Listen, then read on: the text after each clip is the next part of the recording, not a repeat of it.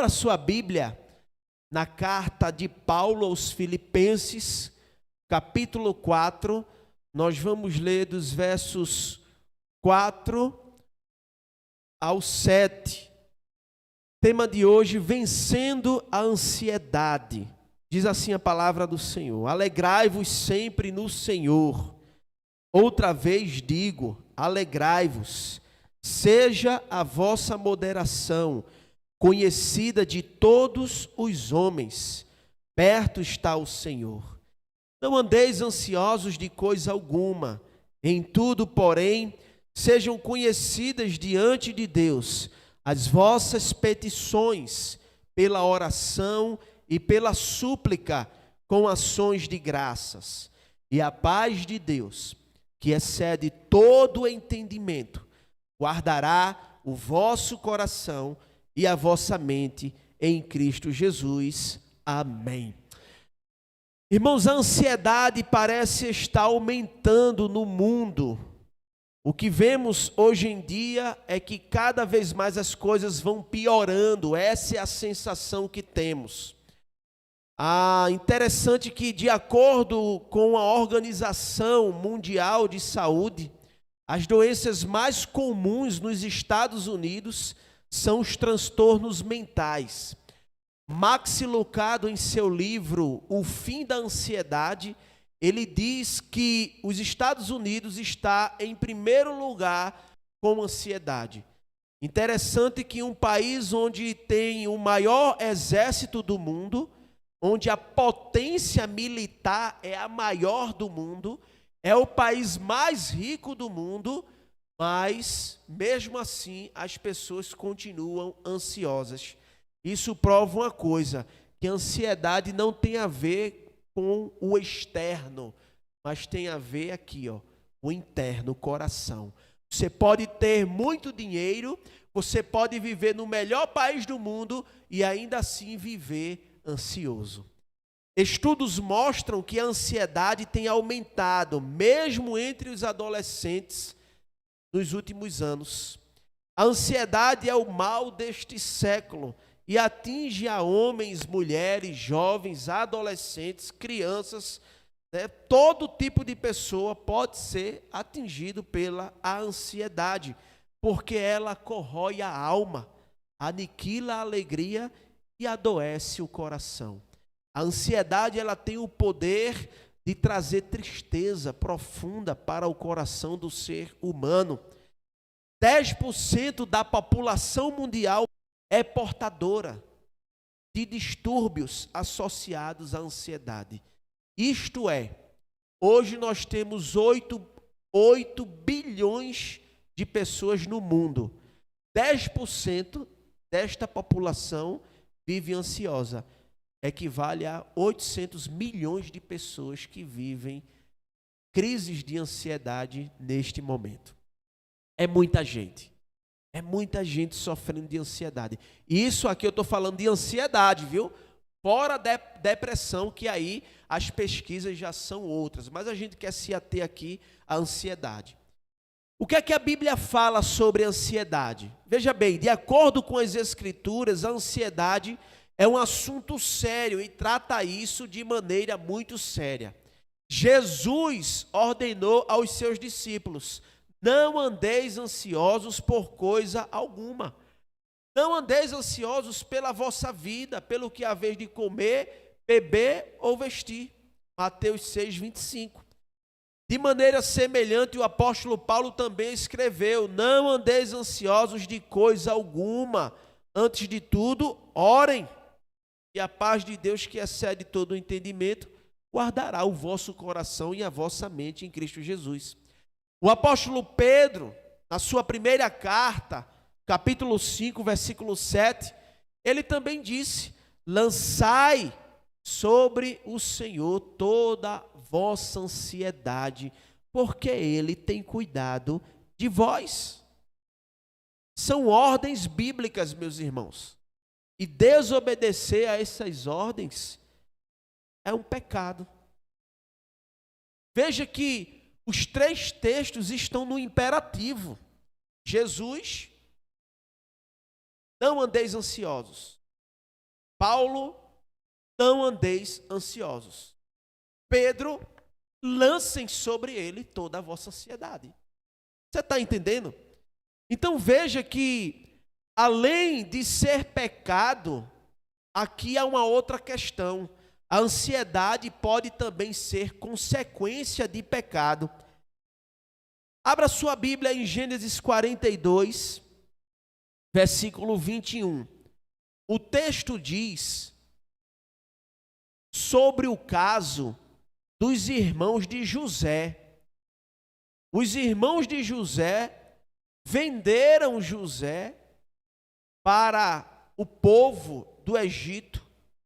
Primeiro jogaram ele dentro de um buraco, não deu certo, pegou e vendeu o próprio irmão. José passou por toda uma situação na sua vida e chegou a ser governador do Egito, ficando apenas abaixo de Faraó. É nesse contexto que o texto diz, Gênesis 42, 21.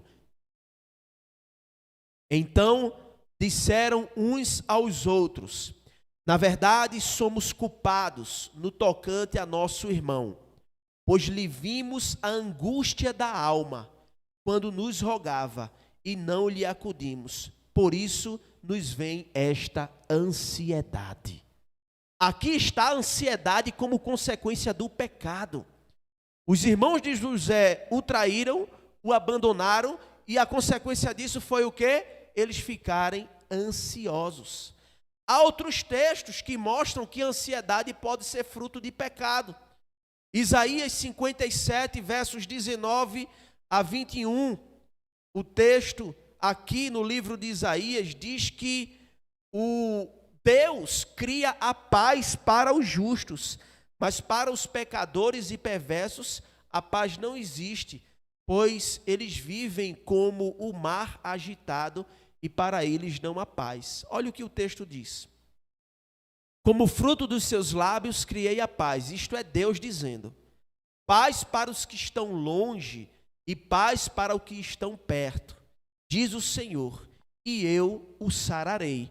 Mas os perversos são como o mar agitado, que não se pode aquietar, cujas águas lançam de si lama e lodo. Para os perversos, diz o meu Deus, não há paz. O que é que está acontecendo aqui? Que é viver como um mar agitado, não tem calmaria. É isso que a ansiedade provoca. Agitação no coração, na mente, perturbação da alma. Então aqui a ansiedade é como consequência de pecado. Ezequiel 12, 18, o texto diz: filho do homem, o teu pão comerás com tremor, e a tua água beberás com estressamento e ansiedade. Esses textos que eu acabei de ler para os irmãos são textos do Antigo Testamento que mostram que há um tipo de ansiedade que é provocada pela consequência do pecado. É isso que a Bíblia está nos mostrando. Agora veja, queridos, deixa eu explicar isso aos irmãos. Há um tipo de ansiedade que não é pecado. É a ansiedade que o apóstolo Paulo teve, a preocupação com as igrejas. Na Bíblia existe um tipo de ansiedade que não é pecaminosa. Veja que o apóstolo Paulo, quando estava exercendo o ofício de pastor, ele experimentou uma ansiedade que é saudável. Ele informou aos coríntios que, além de suas outras dificuldades que ele enfrentava, lhe passava diariamente a preocupação com todas as igrejas. Segunda carta aos Coríntios, capítulo 11, verso 28. Neste versículo, a palavra grega para preocupação é a forma substantivada do verbo referente a estar ansioso, ou seja, o mesmo verbo usado em Filipenses 4, 6, que nós lemos aqui, quando ele diz, não andeis ansiosos. Então há um outro momento em que Paulo diz que ele está preocupado, e a raiz da palavra é a mesma da ansiedade. Porém, quando ele diz que está preocupado, é uma preocupação, de certa forma, amorosa pelas igrejas, e não uma ansiedade que lhe faz mal. Entende? Então veja que, apesar disso aqui, o que Paulo descreve aos coríntios não é uma ansiedade ou uma preocupação pecaminosa que ele está tendo, mas uma preocupação piedosa e amorosa para com a igreja de Cristo. Esta é apropriada nós termos esta preocupação. Às vezes ficamos ansiosos por uma apresentação escolar, às vezes ficamos preocupados com algo que está chegando, ou com algo que a gente precisa fazer. Isso é normal do corpo, é físico. Mas quando essa preocupação, meus irmãos, está atingindo o nosso coração, tenho certeza de lhe dizer que esta não é a vontade de Deus para a sua vida. Porque o que Deus traz para o ser humano é paz, é alegria, é conforto, é consolo e não perturbação da alma. Então, como o apóstolo Paulo lida com ansiedade? Como é que ele vai nos ensinar a lidar com ansiedade? Em primeiro lugar, a gente viu aqui Filipenses 4:6. Há uma ordem: não andeis ansiosos de coisa alguma. Ah, mas eu vou ficar ansioso com isso, com aquilo. Não, é de coisa alguma. Não andeis de modo nenhum ansioso, certo? Aí o que é que ele aconselha? Em tudo, porém, sejam conhecidas diante de Deus as vossas petições, pela oração e pela súplica. Oração e súplica, ou seja, oração e intercessão. Paulo nos ensina a lidar com a ansiedade, em primeiro lugar, orando, de joelhos, clamando. A oração, irmãos, é o antídoto para combater a ansiedade. Porque quando oramos, colocamos diante do Senhor nossas tensões e nossas preocupações. Quando oramos, colocamos diante de Deus a nossa vida. Então, em primeiro lugar, ore. Busque ao Senhor. Orações, ele diz aqui, com ações de graças. Então, não é somente orar, mas é uma oração agradecido. E aqui onde está o segredo: ter um coração grato por tudo que Deus fez por você e continua fazendo. Orações com ações de graças. Por exemplo, você vai realizar uma prova. Se passar, graças a Deus. Se não passar, também graças a Deus. Está entendendo, irmãos? Seja agradecido por tudo e por todos, e isso te ajuda a se livrar da ansiedade. Ah, mas não passei na prova, e agora o que é que vai ser de mim? Começa a estremecer, começa a virar a panela de feijão que está no fogo e tal, isso e aquilo.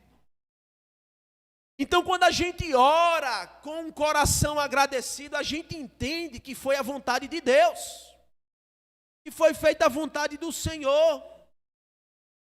Eu dei um exemplo da prova, mas você pode aí colocar qualquer outro exemplo. Um emprego, foi fazer uma entrevista. Ore já agradecendo pelo resultado, se passou ou não. Porque se você recebeu não, você vai estar tranquilo. Você vai estar agradecido, e isso, a gratidão, é um exercício que você faz para se livrar da ansiedade. Então, irmãos, o segredo está na oração com ações de graças. A pessoa que tem um espírito agradecido, ela se contenta com aquilo que Deus lhe dá. Ela se contenta com aquilo que Deus faz na sua vida. Então veja que aqui a gratidão em um Deus suficiente nos acalma. nos acalenta. A oração com um coração agradecido, Deus vê e cuida dos seus.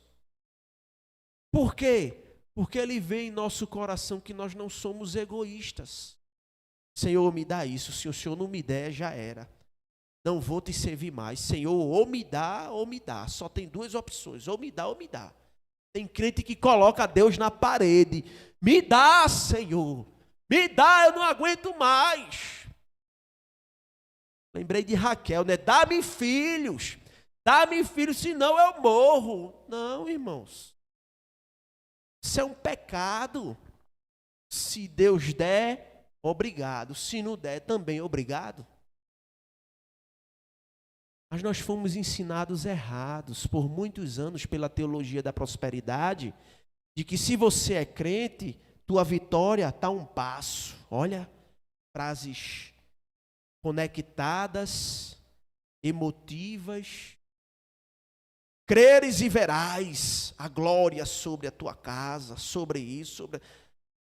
Entregue sua oferta e amanhã tu vai conseguir teu emprego. São frases, né, emotivas. Aí o cabo é dizimista, é ofertante, não consegue emprego, entra em crise. E agora? Aí sai da igreja, abandona a igreja.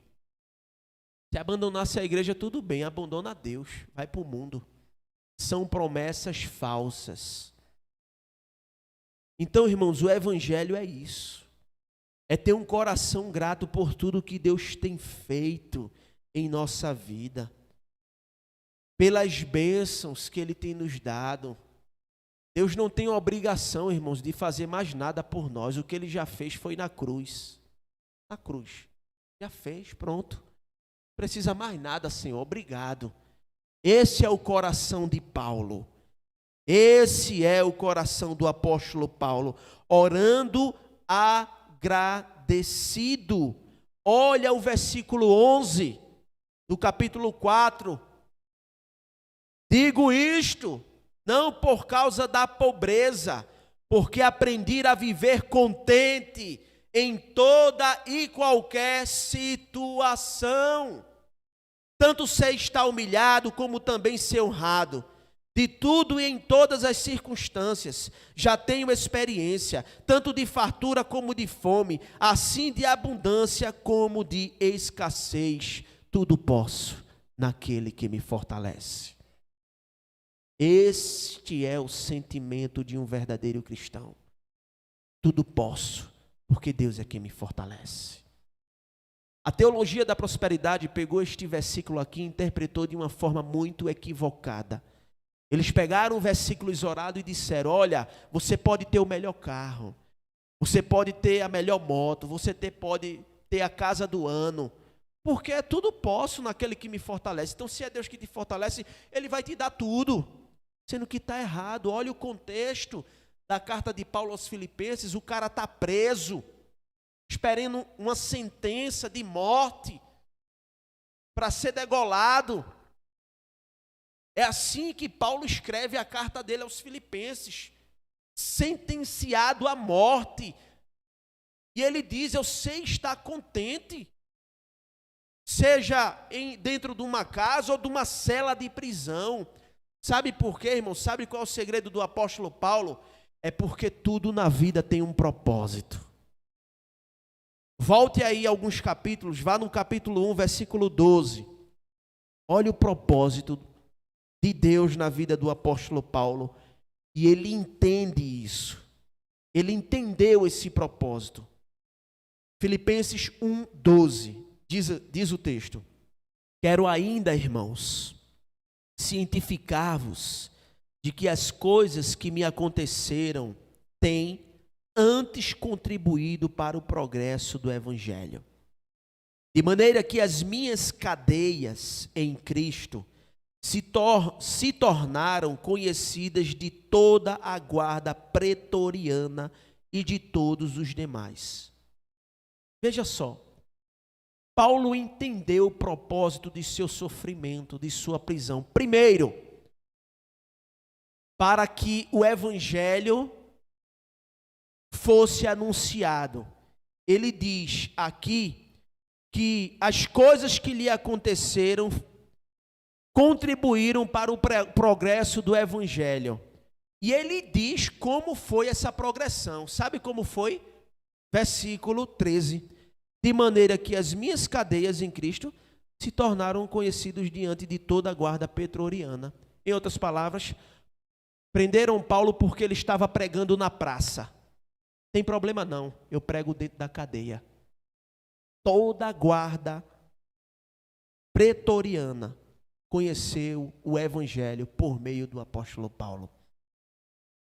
Não tem problema, se me prenderem eu vou continuar pregando. Se eu sair, vou continuar pregando. Porque tudo posso naquele que me fortalece.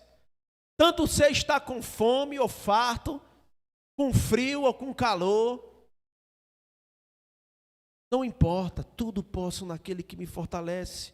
Paulo entende, meus irmãos, que por trás da dor, por trás do sofrimento, há um propósito de Deus na sua vida. E que esse propósito aqui era para a progressão do evangelho, para a pregação do evangelho. Paulo entendeu isso, e meus irmãos, escute bem, a melhor forma de você lidar com o sofrimento, seja ele qual for, é entendendo o sentido da vida. Viktor Frankl foi um judeu, médico, psiquiatra, que foi levado para o campo de concentração, não só ele, como o pai, a mãe, toda a família. E lá eles foram separados. No campo de concentração, ninguém ficava junto, não. Ele só veio receber a notícia que o pai, a mãe e a esposa tinham morrido depois que eles saíram de lá, do campo de concentração, para você ter ideia.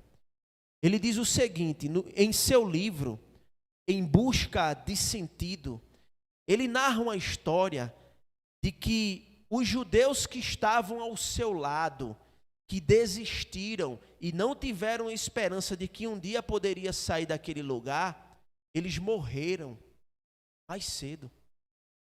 Eles se deitavam em suas camas e esperavam os guardas chegarem. De forma que, quando os guardas vissem alguns daqueles judeus deitados, era o sinal de que aquele judeu já queria morrer. Então eles se deitavam e davam o sinal para os guardas: olha, desisto da minha vida. Não tem sentido aqui mais, desisto. O que é que os guardas faziam? Tiro na cabeça. Viktor Frankl passou por tudo isso. Ele viu isso. Foi nesse contexto que ele escreveu o livro Em Busca de Sentido. Ele criou uma linha, uma tese da psicologia chamada de logoterapia, que busca na vida um sentido. E isso é bíblico. Paulo está dizendo aqui que o sentido dele, da vida dele, era pregar o evangelho. Paulo sabia do seu chamado. Paulo sabia do sentido da vida dele. Então não importa, quem tem um sentido de vida, não importa por qual estrada vai caminhar, ele sabe que o alvo dele é Cristo.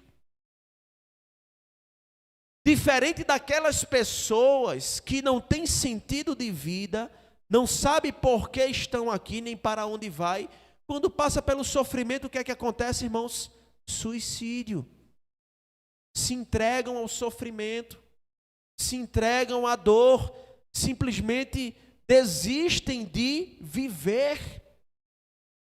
Então a busca pelo sentido é primordial para você lidar com o seu sofrimento.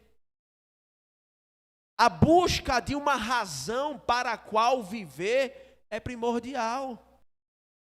Então, irmãos, o apóstolo Paulo, ele tem o sentido da sua vida e busca em Cristo a solução para os seus problemas. Ele nos mostra aqui que é uma pessoa grata, porque ele sabe que a gratidão em Deus, ela é suficiente para nós. Um dos exemplos que gosto de retratar isso é o caso de Davi. Davi pensou que iria construir o templo, porém, por causa de suas mãos sujas de sangue, Deus não permitiu ele construir o primeiro templo. E é nesse contexto que ele faz uma oração de ações de graças. No livro de 1 Crônicas, capítulo 17. Ali está toda a oração de Davi, depois dele ter recebido a notícia: você não vai construir o templo. Mas era tudo o que Davi queria. Ele comprou madeira que vinha do Líbano, ele deu do bolso dele dinheiro, ouro, para construir a casa do Senhor. E recebe a notícia: tu não vai construir, Davi, porque tuas mãos estão manchadas de sangue. Davi foi um homem sanguinário, foi rei, foi um guerreiro, e por isso precisou matar muita gente. Então Deus disse: não é você que vai construir, é o teu filho, é Salomão, que constrói o primeiro templo de Israel. Davi baixou a cabeça, entrou em depressão, ficou ansioso, desistiu da vida? Não. Sabe o que Davi fez? Uma oração de gratidão. 1 Crônicas 17, está lá. Obrigado, Senhor, porque quem sou eu? Quem sou eu para que o Senhor se lembre de mim? É o que Davi ora, entendendo a sua insuficiência e entendendo a suficiência de Deus. Senhor, se não for eu, será outro. O que é importante é que o templo seja construído. Você está entendendo? Que você não é a última Coca-Cola do deserto. Às vezes nos achamos demais. E quando Deus fura a bolha que murcha, a gente busca questionar Deus. Mas Senhor, e isso e aquilo? Mas quem somos nós, irmãos? Se faz necessário entender que Cristo é suficiente, que um coração grato a Deus nos livra da ansiedade. Davi nos ensina que diante de um sonho não realizado, ele pode se alegrar. Diante de um pedido não realizado, podemos nos alegrar e encontrar satisfação e fé em Deus por meio da oração. O ansioso diz em seu coração: e se isso acontecer? E se aquilo não acontecer? E se não tivermos aquilo ou aquilo outro? O ansioso vive assim. E se? O homem de fé não. O homem de fé, uma mulher de fé, ela vive ainda que isso não aconteça, eu vou confiar no Senhor. Ainda que essa situação não se resolva, eu vou confiar em Deus. Ainda que as coisas não estejam bem, como diz o profeta Abacuque no capítulo 3, a partir do verso 16, ainda que a figueira não floresça, ainda que o gado, ainda que no curral não haja gado, ainda que tudo seja destruído, ainda que eu venha passar fome, todavia eu esperarei em ti, no Deus da minha salvação, porque tu és a minha fortaleza, diz o profeta Abacuque. Irmãos, precisamos confiar em Deus. Filipenses 4:11, o apóstolo Paulo diz que ele aprendeu a viver contente em toda e qualquer situação.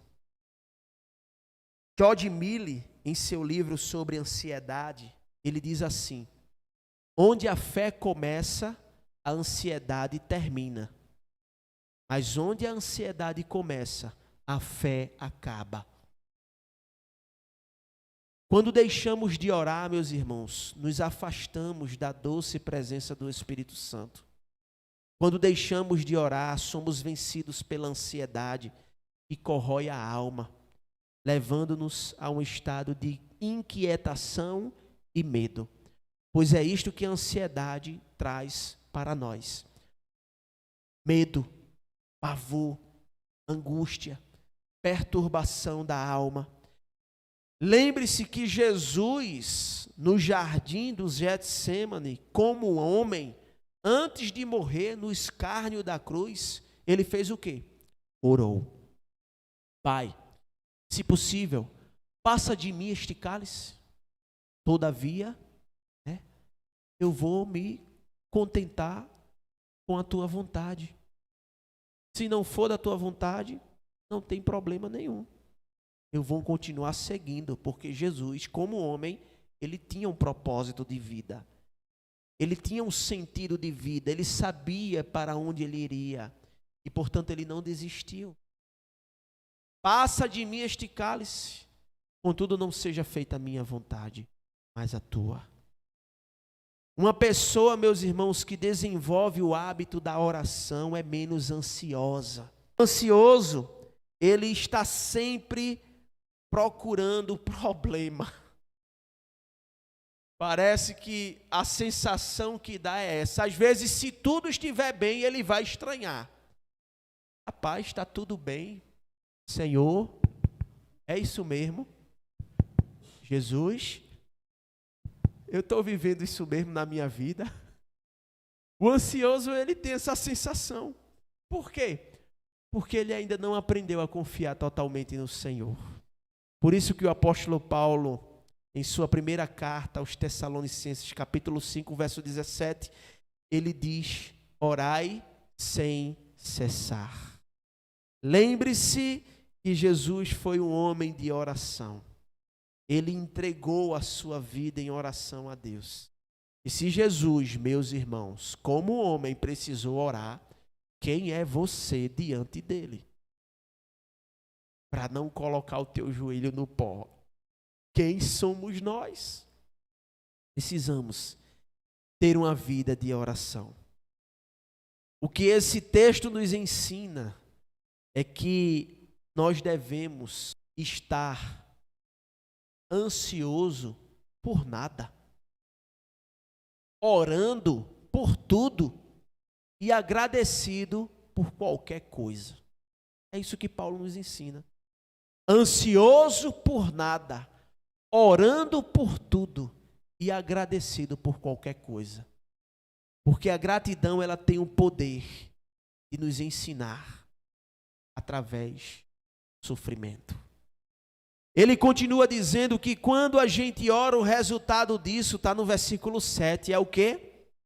A paz de Deus, que excede todo o entendimento, guardará o vosso coração e a vossa mente em Cristo Jesus. Então, quando você entrega os teus problemas ao Senhor, as tuas dificuldades ao Senhor, o resultado disso é a paz. Mas não é a paz que o mundo dá.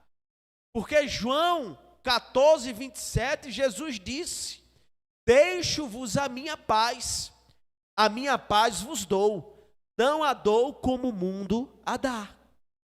Então precisamos entender o seguinte: existem dois tipos de paz. A que o mundo oferece lá fora e a que Jesus oferece. Qual a diferença? A do mundo se resume em três coisas: sexo, dinheiro e drogas. Essa é a paz que o mundo oferece para a sua vida. É o mundo hedonista, que é a busca desenfreada pelo prazer. A mensagem do mundo diz: se te faz feliz, faça, continue fazendo aquilo que te faz feliz. Não importa se você está em pecado, não importa se vai trazer malefícios para a tua vida, para a tua família. É o mundo hedonista, que é a busca desenfreada pelo prazer. O mundo hoje vive assim. É a paz que o mundo oferece. Por isso que Jesus disse: deixo-vos a minha paz. Não é a paz como o mundo a dá. Agora, a paz de Jesus, meus irmãos, sabe qual é? É aquela paz que mesmo quando o mundo está em guerra, as pessoas estão se matando, se esgoelando, você está lá, ó, tranquilo. Porque não há nada que tire a sua paz, porque ela não vem de você, ela vem de Jesus. E se é Jesus que te dá paz, logo ninguém tem autoridade para tirá-la, a não ser que você não queira. Mas se você estiver disposto para ter a paz de Jesus na sua vida, pode ter certeza, você viverá os melhores dias da sua vida. Ainda que algumas áreas da tua vida não caminhem bem, mas Deus vai te dar paz. E Ele vai direcionar a tua vida por caminhos onde há pastos verdejantes, onde há águas tranquilas, onde há refrigério da alma. Porque ainda que eu andasse pelo vale da sombra da morte, não temerei mal nenhum. Por quê? Porque eu tenho muito dinheiro na minha conta. Porque eu posso tudo em mim que me fortaleço. Porque eu tenho a melhor família do mundo. Não. Ainda que eu ande pelo vale da sombra da morte, não temerei mal nenhum, porque tu estás comigo.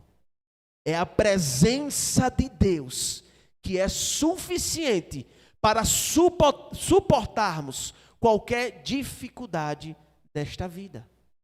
É a presença, irmãos, de Deus.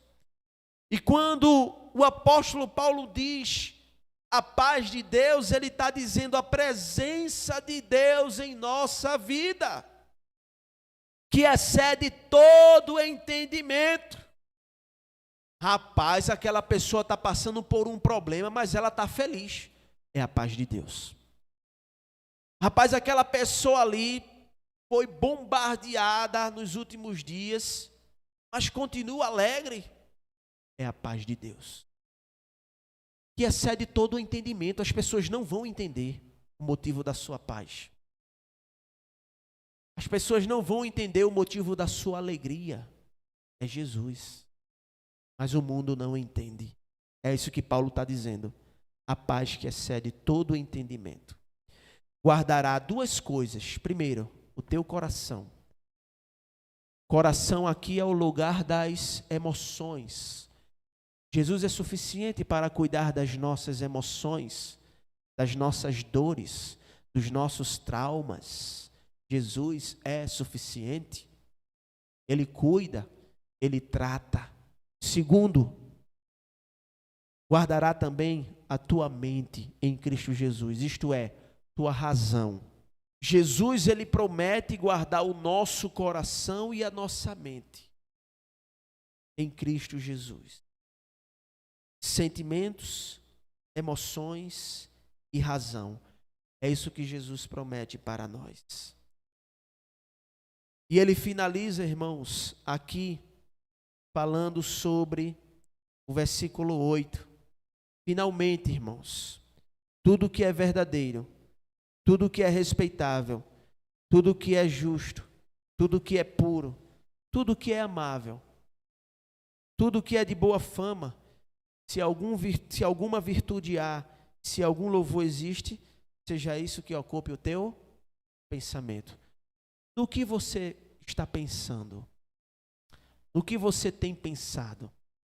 Você é aquela pessoa que deixa os teus problemas tomarem conta da tua mente? Porque, veja, é aqui, viu? Tem que cuidar disso aqui, ó. Se não cuidar, complicado. A mente, ela tem o poder tanto de fazer você prosperar, como fazer você viver uma vida de escassez. Então, se você buscar ser um homem de uma mente boa, equilibrada, se você buscar ser uma mulher de uma mente boa, equilibrada, tem tudo para você viver os melhores anos da tua vida. Do contrário, se você encher sua cabecinha de maldade, de coisas perversas, de pecado, felizmente, é disso para pior. Quem controla essa mente? É você. Tem coisas que você faz, mas aquilo que você não pode fazer, pode ter certeza que Deus fará. Então, Paulo, ele está falando aqui do poder da mente. Ele fala tudo o que é verdadeiro, seja isso que ocupe o teu pensamento. Deixa a mentira de lado. Tudo que é respeitável, tudo que é justo, tudo que é puro, tudo que é amável, seja isto que ocupe o teu pensamento. Se há algum louvor, se alguma virtude há, seja isto que ocupe o teu pensamento. Irmãos, nós somos chamados a viver melhores anos da nossa vida com Cristo, ainda que as coisas não estejam bem, porque Deus é poderoso para fazer infinitamente mais daquilo que pedimos ou pensamos. Agora eu quero terminar com a coisa mais importante. É que no versículo 4, ele diz aqui: alegrai-vos sempre no Senhor. Outra vez digo, alegrai-vos. A carta de Paulo aos Filipenses tem apenas 4 capítulos.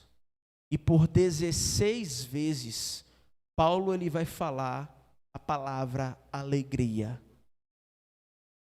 Regozijem-se, se alegrem.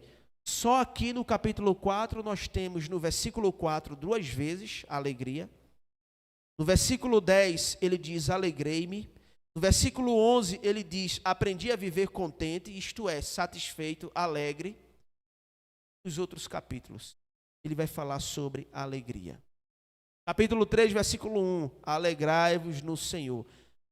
A temática da carta do apóstolo Paulo aos Filipenses é a alegria no Senhor.